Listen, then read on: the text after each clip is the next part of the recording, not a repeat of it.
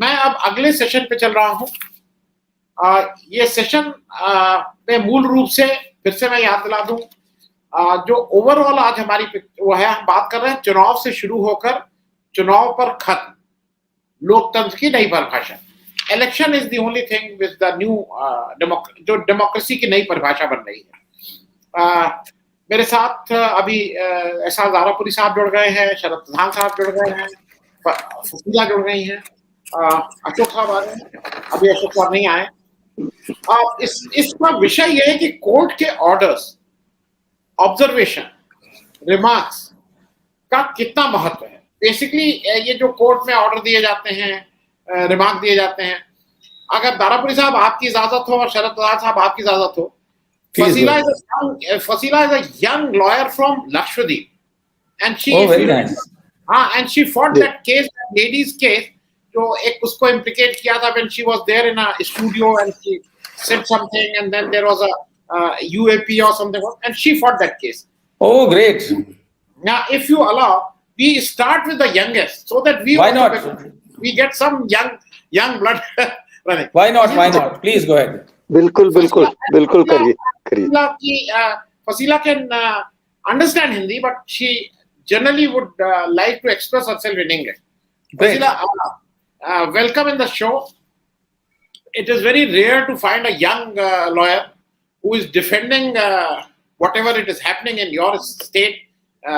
We all want to come to Lakshadweep. I have never been to Lakshadweep. I understand it is a very beautiful state. Place. Fasila, the first and foremost thing is we keep on listening that court has given an order. Then we keep on listening court has observed something. Court has remarked something. What is this observation? What is this remark? What is this judgment? Can you elaborate on that?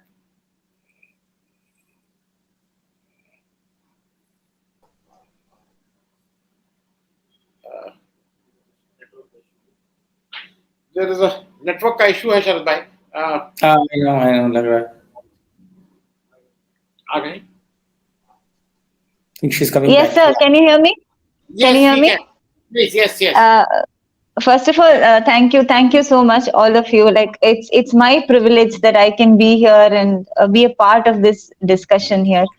So as a lawyer, what I understand is that, of late in India, legal journalism and legal reporting has gained so much of importance that court ke observations have always been there, oral observations and remarks have always been there all across. But of late, because legal journalism and legal reporting has become a thing, social media, maybe there are so many online portals that are doing a lot of legal journalism, and in social media also there are a lot of legal journalists that are prevalent. So day to day basis पे जो remarks होते हैं court के, it is being reported. So that is why today we are more talking about it. But talking about it legally, unless something is recorded in judgment, it is not legally as such binding. So like Article 141 of the Constitution gives the courts the right to create laws for the country, like pronounce the laws of the country. But when these observations are made, and it is being like today, the way media reports these observations is also important. Like it becomes headline news. It becomes headline news saying that, Supreme Court said this and Supreme Court observed this. Supreme Court says that, a humane approach should be taken when it comes to Kashmir issue. Supreme Court says this about live-in relationship. अब इसमें क्या होता है कि normal people, when they read the newspaper, they are not in a position to actually understand what is the difference between a judgment, what is the difference between an order, whether this is legally binding or this is not legally binding. So there is a lot of misinterpretation that way. And one more thing is, this is also a very complex issue because you cannot say that these observations generally come as part of pronouncement of the judgment. It does not come like, in a random way. Mostly it comes as part of pronouncement of the judgment, in course of the pronouncement of the judgment. It is also to do with how the media is reporting it and how the people are understanding it. I think there should be a clear reporting in form of what is binding and what is not, so that people do understand it. But also I feel that it is important that these observations come out when they are like valid observations, because even though they might not be binding, they can be persuasive in nature, in creating a general conscience among people. It becomes important. Right. Yes Sharad भाई, मैं आपसे एक और चीज आ जा रहा हूँ। हाँ, बताइए। पेगासस वाले पे सुप्रीम कोर्ट ने बहुत सख्त टिप्पणी की और उसने कहा है कि भाई ऐसे ऐसे जांच करेंगे, हम वो करेंगे, लेकिन वो सिर्फ सख्त टिप्पणी करके रह गए, उन्होंने जांच अब बहुत से लोगों को भरोसा ये नहीं है कि उस जांच से कुछ निकलेगा। आपको क्या लगता है? उन्होंने कमेटी बना दी है और उस पर बातचीत कर रहे हैं, लेकिन आप आई थिंक फ्रॉम व्हाट ये जो फसीला ने कहा, वही बात एग्जैक्टली इसमें हुई है कि जो सुप्रीम कोर्ट के ऑब्जर्वेशंस थे उनको ज्यादा रीड कर लिया और उनके बेसिस पे ये रिपोर्टिंग्स हो गई। अब वो प्रॉब्लम ये है कि या तो supreme court has to exercise caution if they really mean to do something, तो इनको ये करना चाहिए स्पष्ट कि इसको ऑर्डर का पार्ट बनाएं, और कोई इसमें नुकसान नहीं था अगर ऑर्डर का पार्ट, जिससे कि अच्छा ये कोई बताने की बात नहीं है सुप्रीम कोर्ट के ऑनरेबल जजेस को कि जो है ऑब्जर्वेशंस को टेक्निकली लाइटर तरीके से लिया जाएगा, मीडिया में और आम जनता में उसको ज्यादा सीरियसली लिया जाएगा। तो अगर वो वाकई में उनकी मंशा है कि वो उसको लागू कराना चाहते हैं और वो सीरियस कॉग्निसेंस ले रहे हैं पेगासस की, तो मेरा ख्याल उसको और पुख्ता बनाने के लिए जरूरी था कि सुप्रीम कोर्ट, और आज भी कर सकता है उसको, कि ये एम्फसाइज करके कहे कि नहीं ये आपको करना है, क्योंकि जांच अगर खाली इस तरीके की होगी तो वो आई वॉश समझा जाएगा। और ये बहुत बार देखा गया है कि गवर्नमेंट्स जो हैं, चाहे स्टेट की गवर्नमेंट्स हो चाहे सेंट्रल गवर्नमेंट्स हो, वो अपने को बचाने के लिए कोई ना कोई एस्केप रूट ढूंढ लेती हैं। और इनवेरिएबली मेरा तो ये भी मानना है कि जब भी रिटायर्ड जजेस को अपॉइंट किया जाता है किसी भी कमीशन में या इंक्वायरी कमीशन में, तो उसमें ज्यादातर ऐसे लोगों को अपॉइंट किया जाता है जो सरकार की बात सुन लेते हैं, मतलब जो हैं वो अमेनेबल हैं, उनको वो प्लायबल हैं। बिल्कुल सीधी बात कह रहा हूं मैं, इसमें कोई गलत बात नहीं। और मेरे पास क्लासिक एग्जांपल्स हैं उत्तर प्रदेश के, जहां जब रिटायर्ड जज को अपॉइंट किया 90% केसेस में टेलर मेड रिपोर्ट आई, जो सरकार चाहती थी और जो सरकार एम्फसाइज कर रही थी वही रिपोर्ट आई। तो इसके लिए बहुत जरूरी है कि सुप्रीम कोर्ट की अगर दिल से मंशा है, जो कि दिखता है आज के टाइम में जिस तरह सुप्रीम कोर्ट चीजों की कॉग्निसेंस लेता है पिछले काफी वर्षों से, जिसको बीच में जुडिशियल एक्टिविज्म भी कहा जा रहा था, मुझे तो लगता है कि बहुत अच्छी बात थी वो जो भी ये थी अगर है इस तरीके की।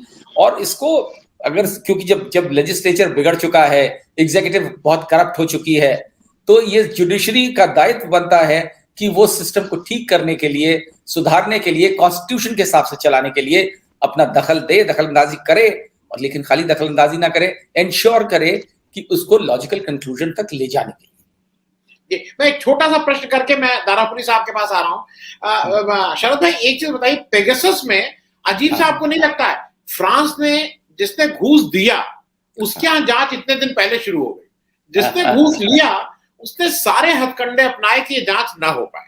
अब वो देखिए यही तो विडंबना है, यही कॉन्ट्रडिक्शन है। और हम इंडिया में बहुत देखते हैं, यहाँ घूस देना इतना आम चलन हो गया है कि गवर्नमेंट में किसी भी लेवल पर जो है उसको, उससे कहने के तो बहुत कुछ बोलते हैं उसके खिलाफ, लेकिन करने को जब आता है तो सब हाथ पीछे कर लेते हैं। और मैं तो खुद इस तरीके के लोगों से मैंने पर्सनल लेवल पे भी काफी जंग करी है, सुप्रीम कोर्ट का सहारा लिया है, PIL करी है, और उसमें जब आपको ये वेट करना पड़ता है कि जज कैसा है और जज कौन है, उस पर डिपेंड करता है कि क्या होगा आपका लड़ाई, भ्रष्टाचार की लड़ाई के खिलाफ।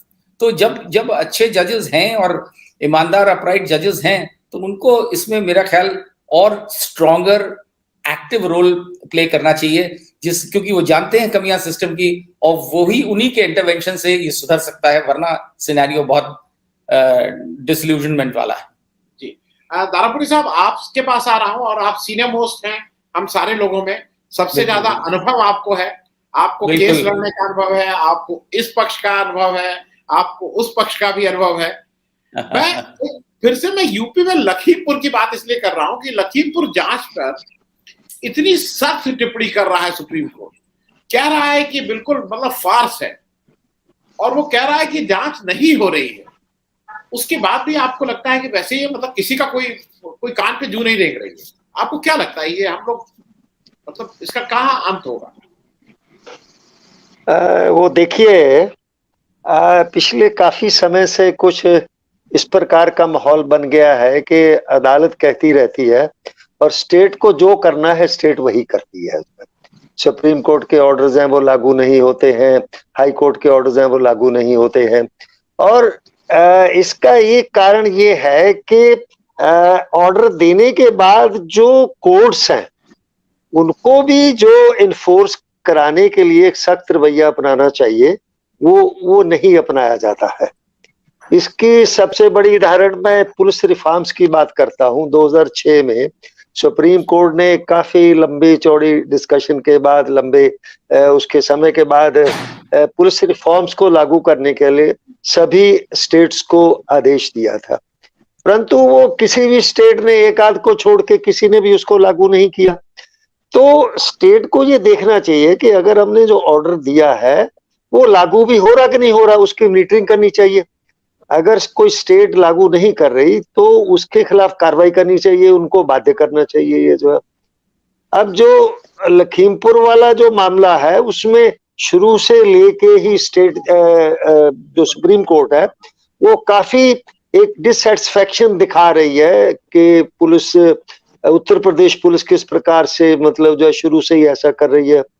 और अभी हाल में सुप्रीम कोर्ट ने कहा, मैं तो समझता हूँ कि उत्तर प्रदेश पुलिस के लिए एक बहुत बड़ी शर्म की बात है कि सुप्रीम कोर्ट कह रही है कि जो सीनियर अफसर है, आईपीएस अफसर है, वो उत्तर प्रदेश के नहीं होने चाहिए, वो बाहर के होने चाहिए।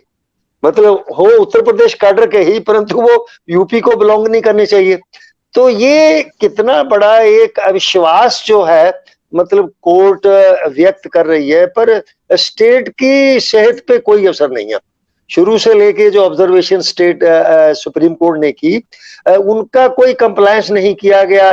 वो अपनी मर्जी से ही स्टेट जो है उसका इन्वेस्टिगेशन अपने तरीके से कर रही है।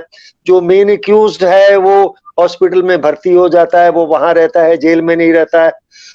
और बाकी जो उस केस को पुख्ता करने के लिए जो एविडेंस कलेक्ट की जानी चाहिए, जिन विटनेसेस का इंटेरोगेट किया जाना चाहिए, उनको नहीं किया जाता है। तो तमाम ये सब ऑब्जर्वेशन के बावजूद भी स्टेट जो है वो अपने तरीके से मतलब इस इन्वेस्टिगेशन में प्रोसीड कर रही है। तो यहाँ मैं समझता हूँ कि सुप्रीम कोर्ट को इस मामले में एक मतलब इन्फोर्सेबल आदेश देने चाहिए कि ये आपको इन्फोर्स करना है।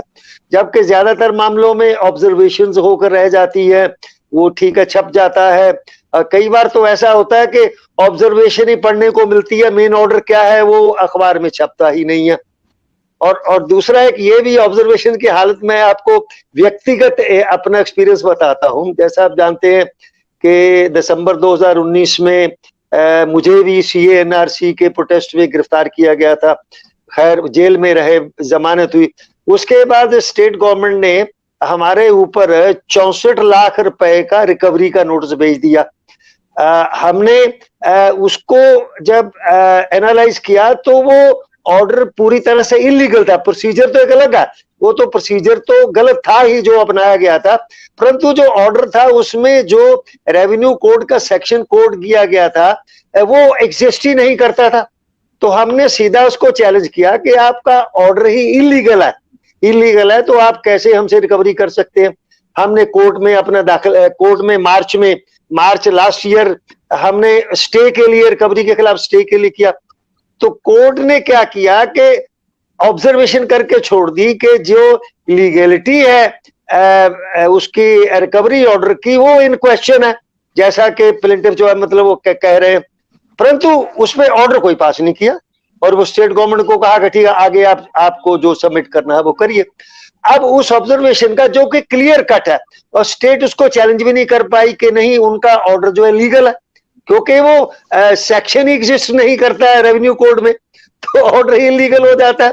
परंतु उस पर भी कोर्ट ने ऑब्जर्वेशन करके छोड़ दी, हमें कोई रिलीफ नहीं दिया, जिसका नतीजा यह है कि मार्च 2020 से लेके आज तक हमारी वो जो उसको क्वैश करने या उसको स्टे कर रिकवरी को स्टे करने का जो मामला था वो आज भी हाई कोर्ट में पेंडिंग पड़ा। तो ये जो ऑब्जर्वेशंस है वो केवल एक मतलब सदविचार, अच्छा एक विचार व्यक्त कर दिया है, उतने तक रह जाती है, जबकि ऐसा नहीं होना चाहिए। अगर कोर्ट कन्विंस्ड है कि ये गलत है तो कोर्ट को अपना जो जजमेंट वाला पार्ट है उसमें क्लियर कट उसको लाना चाहिए ताकि वो इन्फोर्सिबल हो।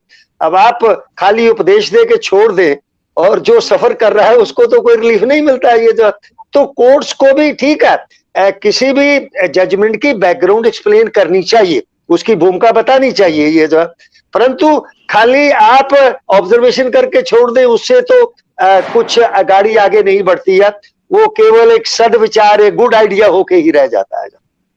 जी, now Fasila, I also want to understand one thing from you. This is there was a film film or novel, Fear is the Key, if I'm not wrong. Now, what happened in Tripura 2 days back? A young girl of 20 years and 24 years, two journalists, young journalists, they traveled from Delhi to Tripura. They went for a investigating journalism. They collected evidences. They broke the story. They have all the evidences with them. And then the local police came and some FIR was made. They were given some sort of a statement was recorded in the police station and they were let go. And then they were intercepted in somewhere in Assam, brought back to Agartala, if I'm not wrong. And then they had to take a regular bail.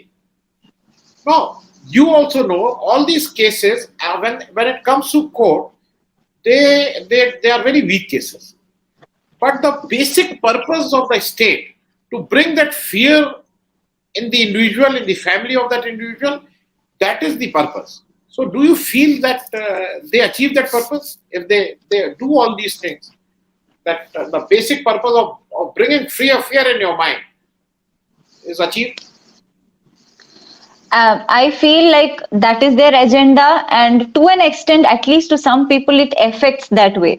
Like, if I can speak about what happened in Lakshadweep that time when the issue was going on, like I personally got a call. Fazia, if you can briefly tell the issue, and then, because a lot of our listeners are there who may not be aware, just briefly tell the issue and then come on back. Okay, so in Lakshadweep, like few months back, there were a lot of protests going on regarding some draft laws that the new administrator was bringing in, which were with regard to acquiring land without proper basis and all. So during those protests, what happened was, like, I was one person who went and spoke to Al Jazeera news channel. The very next day, I get a call from the police station of my island inquiring things that are like, do I have any connection with Palestine? Like, what is how did you talk to this channel? There is an inquiry on you. And then there was another girl called Aisha Sultana. There was another girl called Aisha Sultana who spoke in the news channel, and in a context of actually Lakshadweep was a place which did not have any COVID cases during the time when this administrator came in. So he removed the restrictions, because of which a lot of surge in COVID cases happened. So in that context, she said a word like, she used a term saying that he used a bioweapon on the islanders. So there was a sedition case charged on her. So oh my God. Yes. So she has luckily got bail, but still there is still a case charged on her. But this is how they are moving forward. And I know personally there are so many people, so many youngsters who came and told me, like, aren't you scared? We are scared. Like, I plan to post something. I'm not posting in that anymore. So yes, to an extent, this is a agenda. There's an agenda to try and scare people that if you try to do something, we are going to watch on you. You know, even that call that came to me, I felt that it was like, okay, we are watching on you, so be careful, kind of. So yeah, there is an agenda like that, and that this is it This is amounts to there intimidation. everywhere. This Yes, amounts to yes. intimidation. It's a subtle way of intimidating a person. Even giving a call Yes, and yes. saying this manner. So that means things are, we used to think that Lakshadweep is a quiet, lovely place to relax, but things are not all, seem to be very much the same as what we find in Uttar Pradesh or other parts of India. So It was like that till this date. Sadly, today it isn't.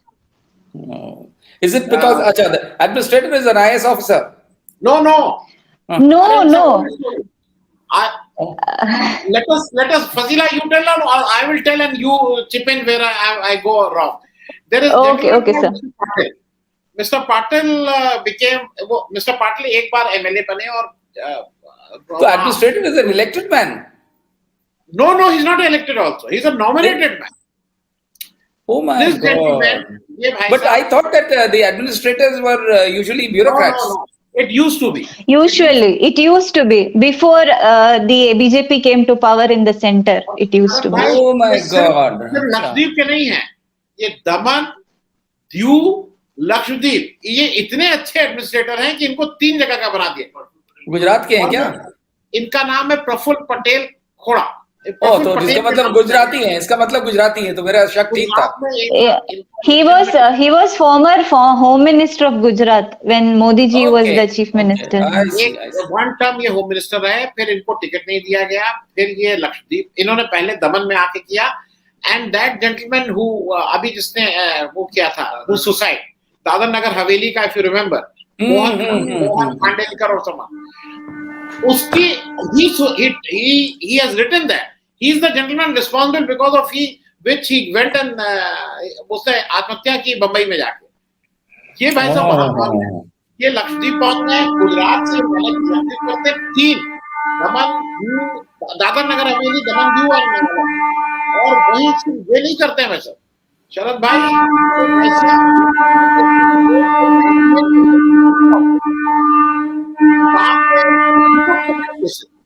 इन्होंने वहां सब तहस नहस कर दिया। ये वहां कह रहे हैं हम फॉरेन वो ला रहे हैं और हम यहाँ टूरिज्म एक्ट वो करेंगे और फॉरेन फंड लाएंगे। दारू खोल दी, जो इन लोगों के यहाँ थोड़ा बना था देवर। अच्छा, पहले नहीं था। हाँ, तो इन्होंने शराब खोल दी, इन्होंने वो सब कर दिया। ये पहुंचे हुए खिलाड़ी है और खिलाड़ी लगते हैं। हाँ, इनको कौन कोई क्या करे।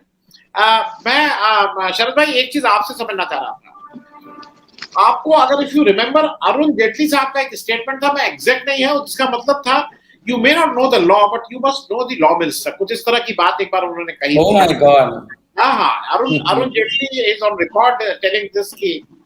मैं उसी संदर्भ में कह रहा हूं कि अभी एक मामला हुआ है जो ईडी एनफोर्समेंट डायरेक्टरेट के जो डायरेक्टर साहब है Mishra ji, he was made director in 2018. His term October 2018, उनका टर्म नवंबर 2020 में 1 साल के लिए बढ़ाया गया। वो टर्म 2 ही साल का होता है। People came against that extension to Supreme Court. Supreme Court gave a verdict कि भाई ये अभी सितंबर में वर्डिक्ट दिया कि नहीं, ये आप यहाँ नहीं आ सकते, 1 साल एक्सटेंशन ठीक है, but he cannot be extended beyond 1 year. No. कल जो ऑर्डिनेंस आया है सेंट्रल गवर्नमेंट का, दैट ऑर्डिनेंस संडे को निकाला गया कि extension can be for 3 years, 1 year at a time. मतलब 1 year at a time, extension can be for more than the real, and this is just to manage this gentleman IPS साहब Henry 84 batch के, अगर मैं गलत नहीं हूं तो। Okay, now what I am trying to say is, if they are not ready to listen to Supreme Court के judgement को भी नहीं मान रहे हैं, ऑर्डिनेंस ले आ रहे हैं, तो आपको शरद भाई क्या होगा, कहाँ जाएंगे? मतलब भाई मेरा तो मानना है कि ऑलरेडी डेमोक्रेटिक वैल्यूज तो बहुत ही पहले ही ट्रैम्पल कर दी गई थी, दबा दी गई। अब वो शायद अगर यही रवैया चला तो थोड़े दिनों में डेमोक्रेसी भी हट जाएगी जिस तरीके से चल रहा है सिलसिला, उसमें बड़ा एविडेंट है कि कोई भी डेमोक्रेटिक प्रोसेस एक्सेप्टेबल नहीं है। और सुप्रीम कोर्ट का मतलब कोई किसी तरीके का दखल नहीं कि आई, मी एंड माई सेल्फ, और ये जो है टोटलिटेरियन रेजिम जिसे कहते हैं, वो अगर बनती जा रही है तो बड़ा दुर्भाग्यपूर्ण है। और सबसे बड़ा दुर्भाग्य ये है कि हमारा ऑपोजिशन इतना कमजोर है जिसकी वजह से वो ज्यादा स्ट्रांग है। तो मुझे कभी कभी लगता है कि हमारा ऑपोजिशन ज्यादा रिस्पॉन्सिबल है हम लोगों को इस स्टेज तक पहुंचा देने के लिए। और मैं तो बहुत साल पहले भी, पिछले कई वर्षों से मैं कह रहा हूं कि हमें बार बार ऐसा लगता है कि क्या हम उस तरफ जा रहे हैं जिस तरह जर्मनी हुआ करता था 30s में। और अगर वो डायरेक्शन है तो it's a very serious thing, because वहां पे भी इसी तरीके के नैरेटिव्स फ्लोट करे जाते थे, इनटॉलरेंस बहुत ज्यादा थी। और आज इनटॉलरेंस हमारे यहाँ तो इतनी ज्यादा हो गई कि हमारी बात आपको माननी है, इससे दाएं बाएं नहीं होना, और जो हमने कह दिया that is the law, that is the law.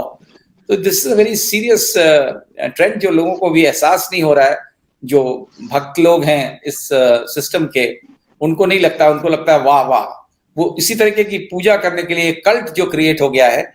Whenever this you have somebody of a cult nature, these kind of intolerance grows, and it leads to serious repercussions, very serious repercussions. शरद भाई, एक चीज मैं इससे थोड़ा हट के पूछ ले रहा हूँ क्योंकि हम लोग बेसिक चीजों की बात कर रहे हैं। मैं दारापुरी साहब के पास आ रहा हूँ। उससे पहले, जैसे अभी क्या हो गया है कि अमित शाह साहब आए उत्तर प्रदेश में, अब वो आते रहेंगे, अब तो बहुत जल्दी जल्दी आएंगे क्योंकि हाँ, तो आते ही रहेंगे। हाँ, उन्होंने कल एक कहीं बताया कि राम जो थे उन्होंने भरत को उन्होंने भरत को भेज दिया रावण के पास। अच्छा, बाकी चीजों में मुझे दिक्कत नहीं है, ये स्लिप ऑफ टंग आपसे भी हो सकता है, मुझसे भी हो सकता है, किसी से भी हो सकता है। लेकिन अगर आपसे स्लिप ऑफ टंग हो रहा है तो मैं आपसे कहूंगा शरद भाई, वो भरत नहीं लक्ष्मण। हाँ, आप कहेंगे हाँ हाँ भाई वो ठीक है, याद आ गया। किसी की हिम्मत नहीं हुई वहां ये कहने की, और सिर्फ हिम्मत नहीं, सबको ताली बजानी, क्योंकि अगर मैं ताली नहीं बजाऊंगा तो मुझे वहां से बाहर निकाल दिया जाएगा, तो NSA लग जाएगा, सेडिशन का केस हो जाएगा।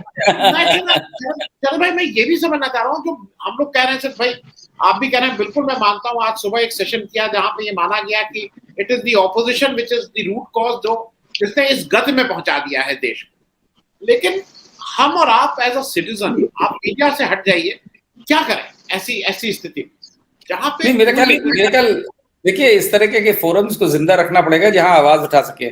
दारापुरी साहब हर रेजीम में लड़ते रहे हैं। मैं इनको बड़ा एडमायर करता हूं इसीलिए कि हिम्मत चाहिए सच बोलने की, और सच बोलना एट ऑल कॉस्ट्स, जो बहुत जरूरी है। प्रॉब्लम इसी की हो गई है कि आज की डेट में मीडिया इतना ज्यादा अंडर प्रेशर है, या तो बिक चुका है या अंडर प्रेशर है, दोनों चीजें हैं, खुलेआम है। और इतना ज्यादा है कि एक ही नैरेटिव चलता है, और वो भक्ति का नैरेटिव है। वो आप चलाइए तो आप बहुत खुश रहेंगे। दूसरे जो लोग हैं, आप देख लीजिए, कितने सारे बड़े बड़े एंकर्स थे जो डंके की चोट पे बात करते थे, सबको धीमे धीमे मीडिया से, मेन स्ट्रीम मीडिया से बाहर कर दिया। नतीजा ये हुआ कि जो है उनको बाहर जाके ढूंढना पड़ा।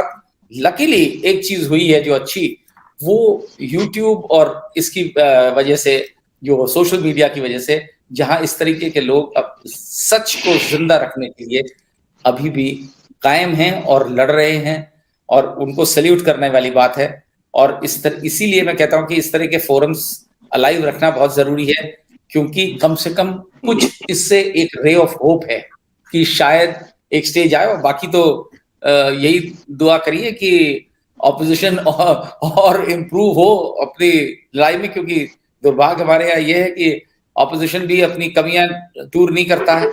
नतीजा ये है कि मैं इसलिए ब्लेम करता हूं ऑपोजिशन को कि जिस स्थिति में आज हम चले गए हैं, वो अगर ऑपोजिशन मजबूत होता और अपनी बात मजबूती से रखता और सच के बेसिस पे रखता, तो आज ये स्थिति नहीं होती। लेकिन ये अपनी लड़ाई इनको मेंटेन रखनी है। मैं यूपी में देख रहा हूं कि अभी भी ऑपोजिशन इस रूप में नहीं आ पाया है, इस घेर में नहीं आ पाया है कि इनको अच्छी तरह चुनौती दे सके। और जो ये बोलते हैं उसी को सच माना जाता है, चाहे वो कितना भी सच से परे हो, क्योंकि नैरेटिव इनके पास बम्बार्डमेंट करने का जो तरीका है कि अपनी बात से जो हम कहना चाहते हैं उसका हम इस कदर बम्बार्डमेंट करते हैं कि आप अपने सच को भूल के झूठ को भी सच मानने लगते हैं। मैं दारापुरी साहब आपसे एक और चीज, आपकी टिप्पणी समझना चाहता हूँ। जी और ये हर जगह होता था, ये पहले आपकी सर्विसेज पुलिस में बहुत ज्यादा होता था, आईपीएस अफसर की लेवल पे नहीं लेकिन थाने के लेवल पे बहुत ज्यादा था। अब जुडिशरी में भी एक नई चीज शुरू हुई है। मद्रास हाई कोर्ट के chief justice, Madras high court में 75 जजेस की बेंच है, वो 75 जज, वो कोविड के समय एक सख्त टिप्पणी सरकार के ऊपर करते हैं कि भाई यू हैव फेल्ड, और आपने जिस तरह से लोग मरे हैं आपके ऊपर क्रिमिनल चार्जेस लगने चाहिए था, आपके ऊपर हत्या का मुकदमा होना चाहिए था, which was again an observation. वो एक ऑब्जर्वेशन था और एक जरिया था अपने गुस्से को वेंट करने का भी। अब भाई क्या करते, और ये हम सब ने जो जिसने कोरोना काल देखा, सबको गुस्सा आया था। हर कोई ऐसा व्यक्ति नहीं है जिसने घर में किसी को खोया ना हो। Everyone, Fasila here in north India, UP, every one of us have lost someone in the family or in the extended family। उस समय के बाद उस व्यक्ति को इस टिप्पणी के बाद, जो अभी हमारे चीफ जस्टिस एन.वी. रमन्ना साहब के पास है कि भाई बड़े अच्छे आए हैं, बहुत इंडिपेंडेंट है, उन्होंने उनका तबादला मेघालय की 3 जज की बेंच, फ्रॉम 75 जज बेंच टू 3 जज की बेंच के पास वो चीफ जस्टिस का तबादला होता है। आप कैसे, आप किसके पास होप रह गई है दारापुरी साहब, कहां जाए? अब देखिए, संविधान में भी है और हम लोग ये मानते हैं कि जो जुडिशरी है वो इंडिपेंडेंट है, पर व्यवहार में, प्रैक्टिस में वो इंडिपेंडेंट नहीं है। जो नियुक्ति है, जो अपॉइंटमेंट है, वो भी इंडिपेंडेंट नहीं है, उसमें भी सरकार की मनमर्जी चलती है। वो ठीक है, उनका जो रिकमेंडेशन होती है, पर आगे जो भी मर्जी है वो सरकार की चलती है। और ट्रांसफर पोस्टिंग में भी फिर चलती है। आपने तमिलनाडु की बात आप कर रहे हैं, अब दिल्ली का देखिए, दिल्ली में जिस जज ने वो जो टिप्पणियां की थी दिल्ली पुलिस के खिलाफ, जो है, जो CNRC में लोगों को गिरफ्तार किया गया था कि कोई एविडेंस नहीं, कुछ नहीं, उसके बावजूद भी उनके ऊपर केस लगा के उनको जेल में रखा गया, तो उनका ट्रांसफर किस तरह से मतलब रातों रात कर दिया गया।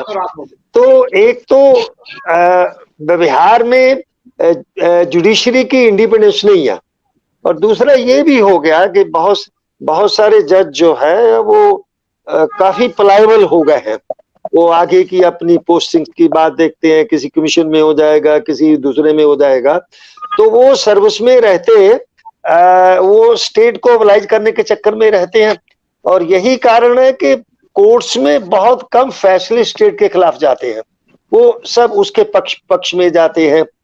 तो अब जैसा कहते हैं कि जो कोर्ट है वो एक सिटीजन की आखिरी होप होती है, कि हम किसी को कहते हैं कि मैं आपको कोर्ट में ले जाऊंगा, वहां हम उम्मीद करते हैं कि हमें इंसाफ मिलेगा, परंतु वहां भी इंसाफ बहुत कम मिलता है, वहां पर भी चीजें मैनिपुलेट हो रही हैं।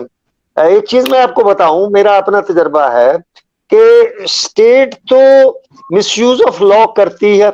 मैं पुलिस विभाग में रहा हूं, उसमें जब FIR दर्ज की जाती है, अगर किसी को फिक्स करना है तो उसके ऊपर बड़ी से बड़ी धारा लगा दो, चाहे वो बनती है चाहे नहीं बनती है।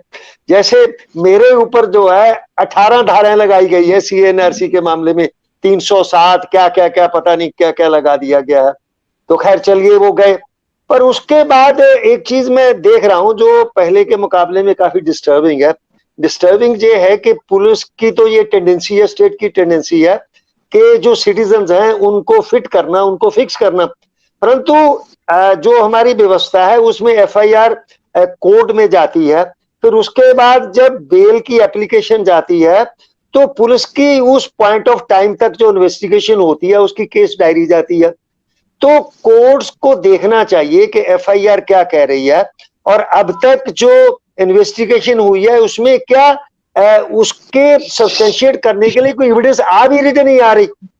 प्राइमा फेसे कुछ बन भी रहा है, नहीं बन रहा, ठीक है, FIR में तो पुलिस ने धाराएं लगा दी, परंतु ज्यादातर मामलों में यही देखा गया है कि अदालतें भी विद ड्यू रिगार्ड वो पुलिस की कहानी को आंख बंद करके मानती है, जिसका नतीजा क्या होता है, वो रिमांड पे रिमांड, चाहे वो पुलिस रिमांड है चाहे वो जेल रिमांड है, वो मतलब आगे बढ़ता रहता है, जिसका नतीजा क्या होता है कि जैसा कहने को तो कहा जाता है कि bail is a rule and jail is exception, परंतु इसका उल्टा है, jail jail jail is a rule, bail is exception. तो यहाँ पर भी जो हमारी अदालतें हैं वो they themselves are failing in performing their duty. जो एक प्रोटेक्शन देने की बात है एक सिटीजन के राइट्स की, प्रोटेक्ट करने की, उसमें वो फेल कर रही हैं और उसका नतीजा हम सब लोग भुगत रहे हैं, बारी बारी सब लोग भोग रहे हैं। तो एक तो जजेस की जो इंडिपेंडेंस है उसको और मतलब सिक्योर करने की जरूरत है, और जजेस के लिए ये बनाया जाना चाहिए कि रिटायरमेंट के बाद इतने साल तक किसी को कोई पोस्ट नहीं दी जाएगी, कोई किसी का चेयरमैन नहीं बनाया जाएगा, कोई किसी का कहीं वो प्लेसमेंट नहीं होगा। तो जब तक ये ऐसे कुछ सेफगार्ड जो स्टेप्स नहीं लिए जाएंगे जिससे इंडिपेंडेंस मतलब इंश्योर हो, और दूसरा स्टेट को ओबलाइज करने का लालच जो है और उससे जो मिलने वाला रिवार्ड है उस सबसे जब तक बाहर नहीं कर दिया जाएगा तब तक ये जो सिटीजन्स की जो लास्ट होप है वो भी फेल होती दिखाई दे रही है। इस दिशा में कुछ ठोस कदम उठाए जाने की जरूरत है।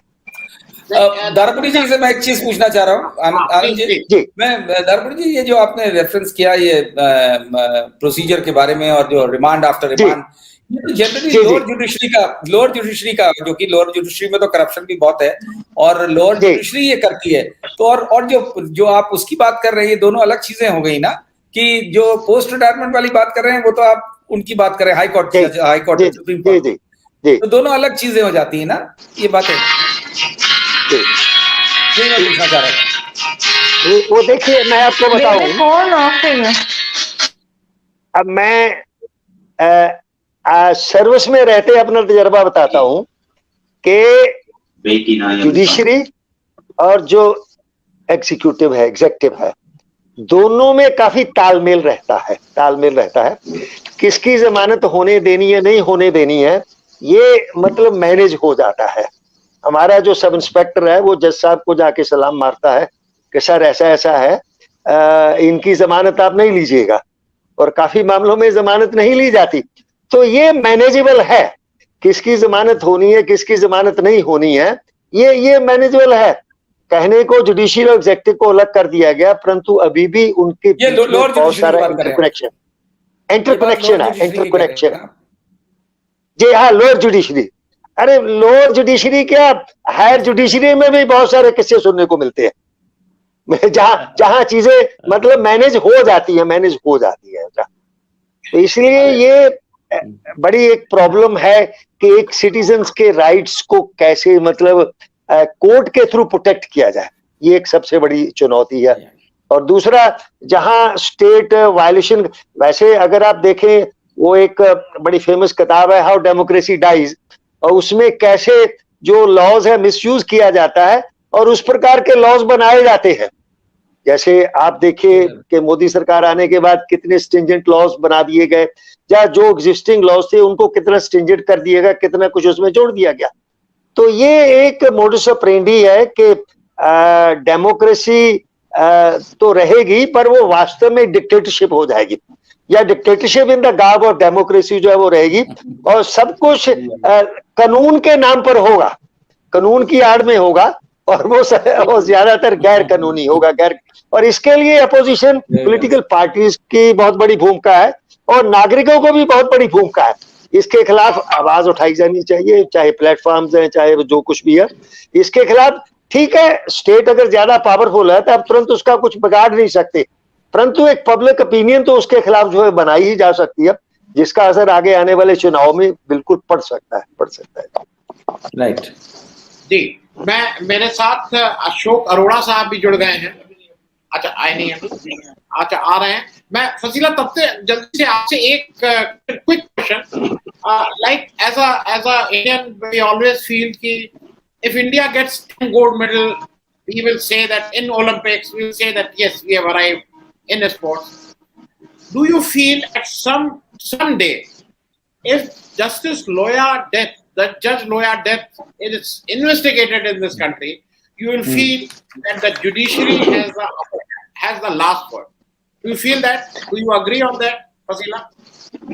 Yes, Of course, sir. Of course, I agree to that. And as all of we have agreed here, today the state of democracy in this country is in a really bad state. So it is all the more important that judiciary needs to step up and see. There was a time, like I if I could remember, I'm pretty young among all of you. In my experience, if I could remember, there was a time I used to think that okay, whatever is going on, there's still judiciary, there's still hope. Yes. But today as we see the judiciary functioning, as we see how things are coming out, that hope is also being lost, because we don't see that judiciary being as independent as it should be.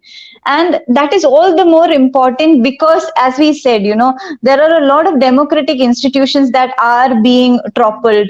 The opposition is not functioning as strong as it should be. Yeah. And there are a lot of laws that are being misused especially for scuttling dissent, for bringing down dissent in this country. And especially if you're talking about laws like sedition and UAPA and all, as we see, going down the line, these cases are very weak in the court. But the court also, when it hears these bail petitions, they know that, it is not there is going to be no conviction in this as such. But it drags on for so long, and the process itself is made the punishment. And so judiciary becomes part of this whole system in which this, these protests and dissents are kind of, used by the whole system to scuttle. So for me, yes, Judge Loya case being investigated and being properly investigated and brought to justice would be that ray of hope that, somewhere there is some hope for judiciary, through which we have some hope for our democracy to function properly, which is not functioning today. Very well said. Very well said. Very well said. Very well said. शरद भाई, मैं आपसे एक चीज जरा और जल्दी से, कि ये जो बात दारापुरी साहब ने उठाई ना कि पोस्ट रिटायरमेंट, ये केवल हाई जुडिशरी नहीं, ये जो अपने यादव जी थे जिन्होंने 28 साल या कितने साल बाद 94 से केस चल रहा था, वो बाबरी मस्जिद वाला, उस पे जब उन्होंने सबको कहा कि नहीं किसी बाबरी मस्जिद गिरी ही नहीं, और उसके बाद उनको कहीं का कुछ चेयरमैन बना के क्या क्या किसी उसका मतलब किसी एक पोस्ट रिटायरमेंट उनको तुरंत बनाया गया। तो मुझे ऐसा लगता है कि ये डिमांड नहीं, ये तो वाई फॉर सम इयर्स। हमारे पास 135 करोड़ लोग हैं, नौकरी है नहीं, अच्छे जजेस हैं, अच्छे वकील हैं, promote them, make them chairman of these thing. Why these people at the age of 62 65 they have a fat pension with them, why they want to occupy these things, right? A lawyer of 50 years, why he cannot become the chairman of some work? Ashok Arora साहब, आपका बहुत इंतजार कराया आपने, पहले तो आप कुछ शेयर से इसका पूरे करेंगे। मैं आपका तारुफ करा दूं, शरद प्रधान साहब हैं, आप वाकिफ होंगे, हमारे बहुत सीनियर जर्नलिस्ट दारापुरी साहब हैं। मैं तुरंत अशोक अरोड़ा साहब आपके पास आ रहा हूं क्योंकि समय का थोड़ा वो है। मैं जरा एक चीज आपसे कर रहा हूं, क्योंकि हमने बात करी, वो ट्रांसफर हुआ है चीफ जस्टिस ऑफ मद्रास का 75 बेंच से 3 जज वाली बेंच मेघालय में, वो रमन्ना साहब ने ही किया। रमन्ना साहब ने एक काम और किया, उत्तर प्रदेश में उन्होंने जो अभी एक चीफ जस्टिस साहब भेजे हैं, उनका कैलकाटा बार में रिटर्न लिखा है कि इनको साहब हटाइए, इनके रहते हुए फेयर क्या वो ऑफ जस्टिस नहीं हो पाएगा, फेयर जस्टिस नहीं मिलेगी, उसको हमारे यहाँ चीफ जस्टिस बना के उत्तर प्रदेश में भेजा गया। आप बहुत ही हार्श रहे हैं ऑन जुडिशरी, क्योंकि आपका अपना प्रोफेशन, आपको लगता है कि ये सैक्रोसेंट होना चाहिए। ऐसे लोग अगर उत्तर प्रदेश में आ रहे हैं जिनके लिए वहां की बार लिख रही है चीफ जस्टिस ऑफ इंडिया को, कितनी फेयरनेस रहेगी? क्योंकि यूपी में इलेक्शन होने वाले हैं, UP high court is going to be very sensitive. बड़ी एक मेरे को लगता है कि अनफॉर्चुनेट सिचुएशन है, और अब मेरे को तो 40 साल बाद अब ये भी लगता है कि वो आपने कहा शेर से शुरू करें तो शेर तो गालिब का ही सबसे ज़्यादा इसमें काम आएगा, कि जब तवक्को ही उठ गई गालिब तो क्यों किसी से गिला करे कोई। अब तो ये नॉर्म बन गया है ना। अब जैसे वो justice Qureshi, one of the finest जजेस इंडिया प्रोड्यूस, मैं तो ये कहूँगा Justice Qureshi has been one of the finest strongest, upright, honest, competent जज, और उनके साथ क्या किया सुप्रीम कोर्ट कोलिजियम ने, वो सबको पता है कि कहाँ से उनको गुजरात से पहले बॉम्बे ले गए, बॉम्बे से मध्य प्रदेश, फिर नहीं किया, फिर त्रिपुरा। तो ये जो एक सिस्टम में है, इससे मेरे को ये लगता है कि आप खाली एक जज से बेइंसाफी नहीं करते। मेरा ये सोच है, मैं इसलिए थोड़ा वो शेर सुना के यही कहता हूँ कि गिला ना कीजिए मुझसे मेरी तलख नवाई का, जहर के घूंट मुझे वक्त के सागर ने दिए हैं। तो जो मेरी तलख नवाई इसीलिए है कि मैं इतने सालों से जो देख रहा हूँ, 40-42 साल से, अब 45 साल से, कि इससे एक व्यक्ति विशेष खाली डिस्करेज नहीं होता है, मेरे हिसाब से 138 करोड़ की जनता डिस्करेज होती है। ये अगर ठीक काम करोगे तो ट्रांसफर हो जाएगी आपकी। तो फिर वो माँ कहती तू क्यों ज्यादा पंगे ले रहा है भाई, तू रह ठीक ठाक, बच्चे यहाँ पढ़ते हैं, तेरी ट्रांसफर हो जाएगी, तू फिर वहां कहाँ जाएगा, बीवी बच्चे कहाँ जाएंगे। तो आम आदमी जो है, आम आदमी तो वैसे ही वीक है। जो मैस्लोव लॉ ऑफ हिरार्की में आप तो खुद ही हमें पढ़ाते हैं आनंद साहब की, जो वो ट्रायंगल में, ये त्रिकोण में, सिर्फ जो त्रिकोण के पास लोग हैं, इतने से ही तो लोग हैं जो थोड़ा समाज की सोच के स्टैंड लेते हैं। तो वो इतने से जो कॉर्नर पे ऊपर आ रहे हैं, बाकी तो अपनी दाल रोटी में, बीवी बच्चों में फंसा हुआ है सारा, उसको तो निकलने ही नहीं देते। तो जो इस ऊपर त्रिकोण में, जो ऊपर में 2-4-10 लोग हैं, 2-4-10% नहीं, वो तो 0.001% होते होंगे, अगर उनको भी हम डिस्करेज करेंगे तो समाज कहाँ जाएगा।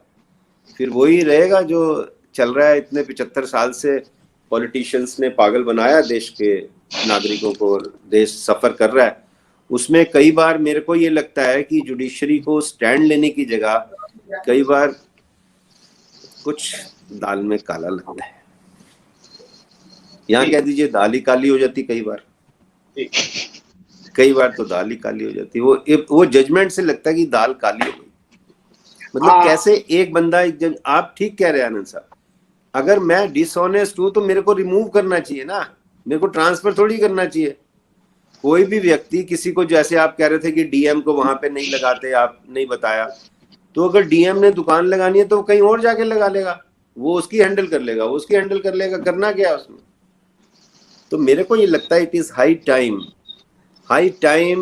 I would say without any inhibition, high time at least the collegium thinks into what Allama Iqbal said, अपने दिल में डूब के पा जा सुरागे जिंदगी, तू अगर मेरा ना बना मत बन, अपना तो बन। वाह, सरकार का मत बन, अपना बन। वाह। तो ये मैं माफी चाहता हूँ, मैं थोड़ा सा माफी भी चाहता हूँ और सजेशन भी दे रहा हूँ और रिक्वेस्ट भी कर रहा हूँ। जब सेशन होता है तो प्लीज ऑफिस में से आपके कोई 1-1.5 घंटा पहले, 2 घंटा पहले बात कर लीजिए, आपका सेशन है। ये बच्चे इतने सारे आपके साथ हैं, इनको थोड़ा, मैं इनकी शिकायत नहीं लगा रहा हूँ, लेकिन इनको भी सुझाव आपके इसके थोड़ा मेरे को एम्बैरेसमेंट हो जाती कई बार। आप 2-3 चीजों में बिजी हो तो somebody should at least make a call कि आपकी 6 बजे है, reminder sort of thing. Anand ji, I'll also take leave now. Okay, thank you so much, Sharad bhai, for joining. It was very heartening to have Fasila and Mr. Arora and Zarapuri ji. शरद साहब, आपसे मैं बात करूंगा, आपसे मेरा बहुत I admire your guts and अरे साहब, आपकी इनायत है आपकी, इंशाल्लाह जरूर। आज मैं माफी चाहता हूँ लेट होने की। सबसे पहले तो माफी आपसे और फसीला से मांगनी चाहिए। नहीं आनंद साहब को तो मैं बता I would love to keep in touch। आप अपने नंबर्स में आप लोगों के नंबर्स ले लूंगा। फसीला, I'll take your number also। आपका भी ले मैं शेयर करूंगा। Okay, thank you, wonderful। Ashok साहब, एक आपसे इसी से रिलेटेड एक चीज और पूछनी थी। जिस सेशन शुरू किया और आपने फसीला gave a very good answer, लेकिन आपसे जरा, क्योंकि फसीला की थोड़ा हिंदी कमजोर है, वो अंग्रेजी में ही एक्सप्रेस करती है, मेरे हिंदी दर्शकों के लिए आप, ये जो कोर्ट में ऑब्जर्वेशन होता है ना, ऑब्जर्वेशन बहुत तल्ख देंगे, बहुत लगेगा कि इतना सख्त ऑर्डर देंगे ही नहीं। ऑर्डर और ऑब्जर्वेशन में कोई रिलेशनशिप होनी चाहिए ना। पर रिसेंट टाइम्स में पेगासस में कितने भयंकर ऑब्जर्वेशन, लखीमपुर केस में भयंकर ऑब्जर्वेशन, ऑर्डर कुछ टाटा फेस, ये क्या है? ये प्लेइंग फॉर गैलरी है, ये क्या है? मतलब ऑब्जर्वेशन टिप्पणी आपने अच्छी कर दी, ऑर्डर में कुछ नहीं लिखा। मेरे को लगता है कि ऑब्जर्वेशन बड़े दिल से आती है। और वो दिमाग से आता, मैं और इतनी वो दिमाग बात से आता। आई एंजॉय ऑब्जर्वेशन बड़ी दिल से निकलती है। किसी शेर में तो इसको पूरा कर दीजिए, क्योंकि शेर में तो बहुत सारी चीजें वो रहती है। हाँ, ये मतलब ऑब्जर्वेशन, मेरे को लगता है कि ऑब्जर्वेशन तो दिल से आती है। वो कहते हैं ना, दिल से जो बात निकलती है असर रखती है, और पर नहीं ताकते परवाज मगर रखती है। तो जो दिल से आती है ना बात, वो सब लोगों को अच्छी लगती है। ऑब्जर्वेशन से कितना मजा आता है कि तो कमाल हो गया, आपने भी कहा कमाल हो गया जी, अब तो ये आ गया, अब तो देखना क्या होगा। आपको याद है, ये मैं आपको याद करा रहा हूँ, आपको ही लग रहा था कमाल हो गया, आज तो ये बोल दिया, आज तो कमाल हो गया, आज तो ये बोल दिया। तो लेकिन वो जब फिर जजमेंट आती है, तो जजमेंट तो सोच के लिखते हैं ना लोग, जजमेंट में तो बहुत दिमाग लगता है और कंसल्टेशन होती है। ऑब्जर्वेशन तो बंदा खुद ही दे देता है। 3 लोगों की अगर वो पीठ होती है, जो जजेस की जो बेंच होती है, तो उसमें तो कोई भी जज कुछ भी बोल देता है। तो वो उसमें वो तीनों जजों का तो नहीं होता दिमाग, लेकिन फिर वो कंसल्ट करते हैं, वो बताते हैं भैया ये बात ठीक नहीं है आपकी, आप ऐसे करिए, इससे ये हो जाएगा, इससे ये हो जाएगा, इससे ये हो जाएगा, इससे ये हो जाएगा। वो सारा सोचना पड़ता है ना, आफ्टर ऑल जजेस को तो सबकी साइड सोचनी पड़ती है, और इससे वो हो जाएगा, ये भी हो जाएगा और वो भी हो जाएगा। हाँ, तो इसलिए ये जो ऑब्जर्वेशन आती है वो दिल से आती है। लेकिन जब जजमेंट आती है तो आपस में देखो, इतने महानुभाव बैठते हैं जब, तो आपस में सलाह करके करना चाहिए ना। ऐसे थोड़ी कुछ भी जैसे हम लूज टॉक कर देते हैं, वो तो बहुत प्रोफाउंड जजमेंट लिखनी होती है, क्योंकि वो सदियों तक फिर उस फैसले पे अमल होना होता है। तो वो ये सोचते हैं सारे, वो तो बहुत इतने महान व्यक्ति हैं, तो उन्होंने एक ओथ ले रखी होती है, तो उस हिसाब से बड़ा सोच समझ के फैसला करते हैं। मैं तारापुरी साहब आपसे एक चीज और समझना चाहूंगा।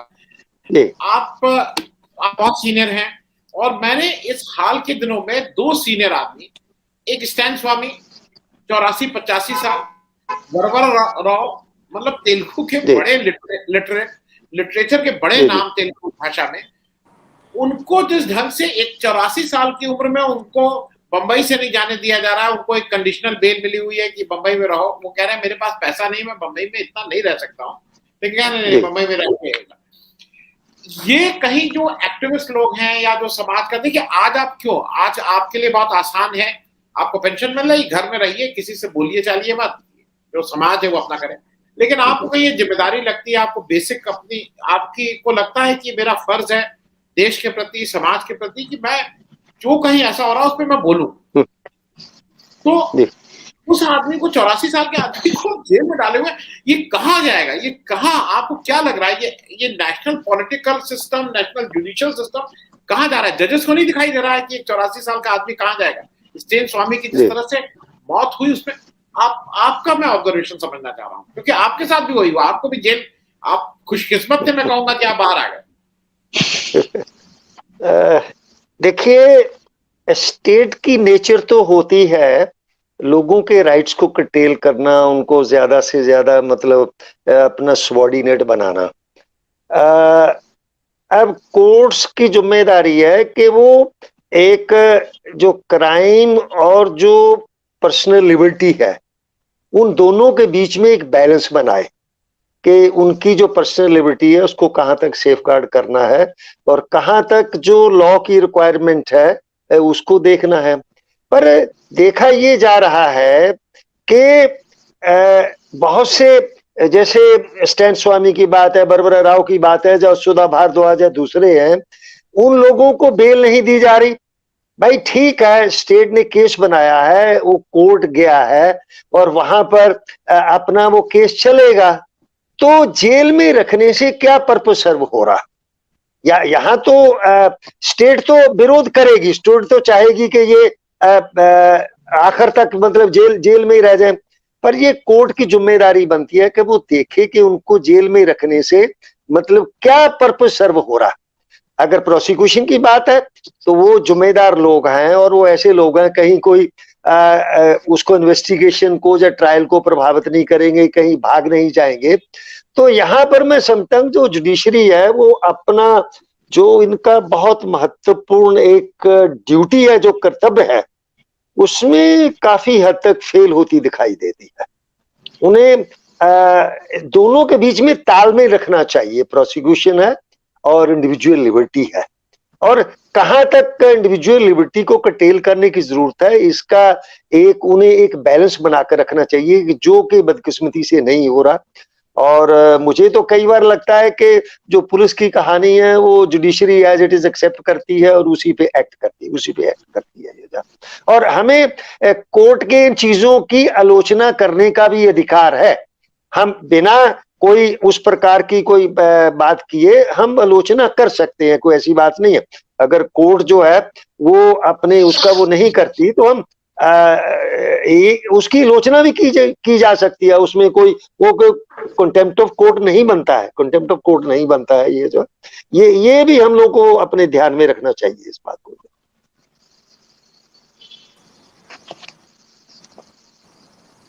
आपकी आवाज नहीं आ रही, आप वो करिए, आपकी आवाज नहीं आ रही।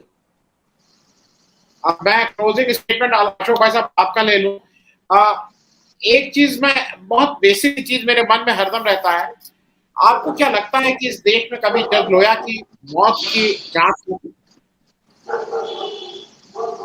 अब कैसे होगी जब सुप्रीम कोर्ट ने, वैसे तो कोई भी नया फैक्ट सामने आए तो उसकी बना पे एफआईआर भी हो सकती है और कोर्ट में भी जा सकता है बंदा, लेकिन एज इट इज तो कैसे जाएगी अगर सुप्रीम कोर्ट ने कह दिया कुछ नहीं बनता।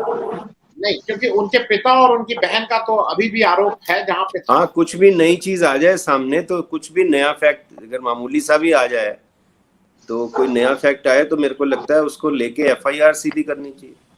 कोर्ट से पूछने की जरूरत नहीं है। एफआईआर करने के लिए कोर्ट की परमिशन थोड़ी होती है। एफआईआर ना करो तो कोर्ट के पास जाते हैं, ये बेसिक चीज है। देखिए FIR, Fazila would tell you, FIR करने के लिए थोड़ी परमिशन चाहिए। परमिशन चाहिए आई मीन कोर्ट को अप्रोच करते हैं कि एफआईआर हो गई है, इन्वेस्टिगेशन नहीं हो रहा, यहाँ रिट में जाते हैं, 156 में जाते हैं। एफआईआर करने के लिए थोड़ी आज्ञा चाहिए। Fazila, you understand bit of Hindi or no? You can't speak or you don't even understand? No, I can understand very well, sir. It's just that I'm comfortable speaking in. No, but yeah, that's okay. The only thing is that here the culprit is not the right word. Here the onus is on, because of Anand sir, the moment I come, he'll say you speak in Hindi. So I speak in Hindi. But otherwise, I know a bit of ABC English also. So that's.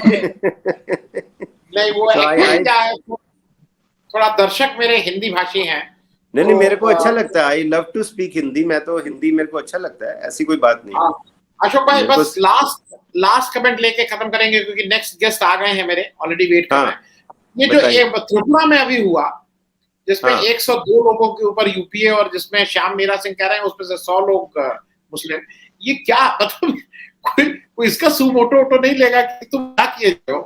UAP पे तो supreme court कह रहा है कि हम बात कर रहे हैं उस पे। मैं यही आपसे कह रहा हूँ कि जो कुछ चीजें हैं उनको कानून में, जो यूएपीएमई है और जहाँ पर बेल नहीं है, ऐसा क्या बेल नहीं है, मतलब उसको इनको रिव्यू करना चाहिए कि मतलब हर केस में थोड़ी इसमें भी बेल नहीं दो, इसमें भी बेल दो, एनडीपीएस में भी मत दो। और वो एनडीपीएस में 2 ग्राम में 4 ग्राम में बंदा अंदर बैठा है, तो ये थोड़ा सा it is high time supreme court should on top priority है इससे कि सबसे पहला काम ये करना चाहिए जिसके लिए कॉन्स्टिट्यूशन बना है, लिबर्टी के लिए। अरे जो एक पर्सनल लिबर्टी तो दो, पर्सनल लिबर्टी तो लोगों को बोलने की बात आपने अगर बंद कर देंगे तो देश में क्या मतलब, फिर डेमोक्रेसी कहाँ रह गई? तो मेरे को लगता है कि टॉप प्रायोरिटी पे ये सारा जहां भी है, कम से कम सुप्रीम कोर्ट को ये बात क्लियर करनी चाहिए और जिन भी कानूनों में यूएपीए में या एनडीपीएस में जिनमें है उनमें थोड़ा सा इनको रिलैक्सेशन देनी चाहिए कि रेयरेस्ट ऑफ रेयर केस आप उसमें अंदर रखो, लेकिन वाई कीप देम इनसाइड। आप ट्रायल चलाइए जो सजा, और खासकर ऐसे केस में जिसमें तो चांसेस ही यही होते हैं कि सरकार जो ब्रिटिश टाइम से बन के आ रहा है सेडिशन, वो सेडिशन से कनेक्टेड लॉ में लोग अंदर हैं। बताइए, ये सबसे पहले उनको करना चाहिए ताकि लोगों की जुबान तो खुले ना, वो बार बार नहीं कहना पड़े ना बोल जुबान अब तेरी है। वो अभी लगता ही नहीं है लोगों को जुबान मेरी है, और जुबान सरकार की है। वो जुबान सरकार की बनाने में काफी लोगों का हाथ है, और थोड़ा सा ब्लेम तो मेरे को लगता है कि हर पिलर पे जाना चाहिए। ठीक। बहुत बहुत शुक्रिया अशोक भाई साहब ज्वाइन करने के लिए. Fasila, thank you so much for joining. Thank you. Thank you. Ashok bhai sahab, just for your knowledge, we started the session with Fasila. Fasila was the first. नहीं, मैं फसीला से बात करूंगा, मैं पूछ लूंगा क्या क्या इसने बोला, इसका नंबर भेजना, मैं पूछ लूंगा क्या बोला इसने. She is always very profound. I remember the first debate we had. She was very profound and very mature person. Thank you, sir. Thank you, Fasila, and thank you so much for that.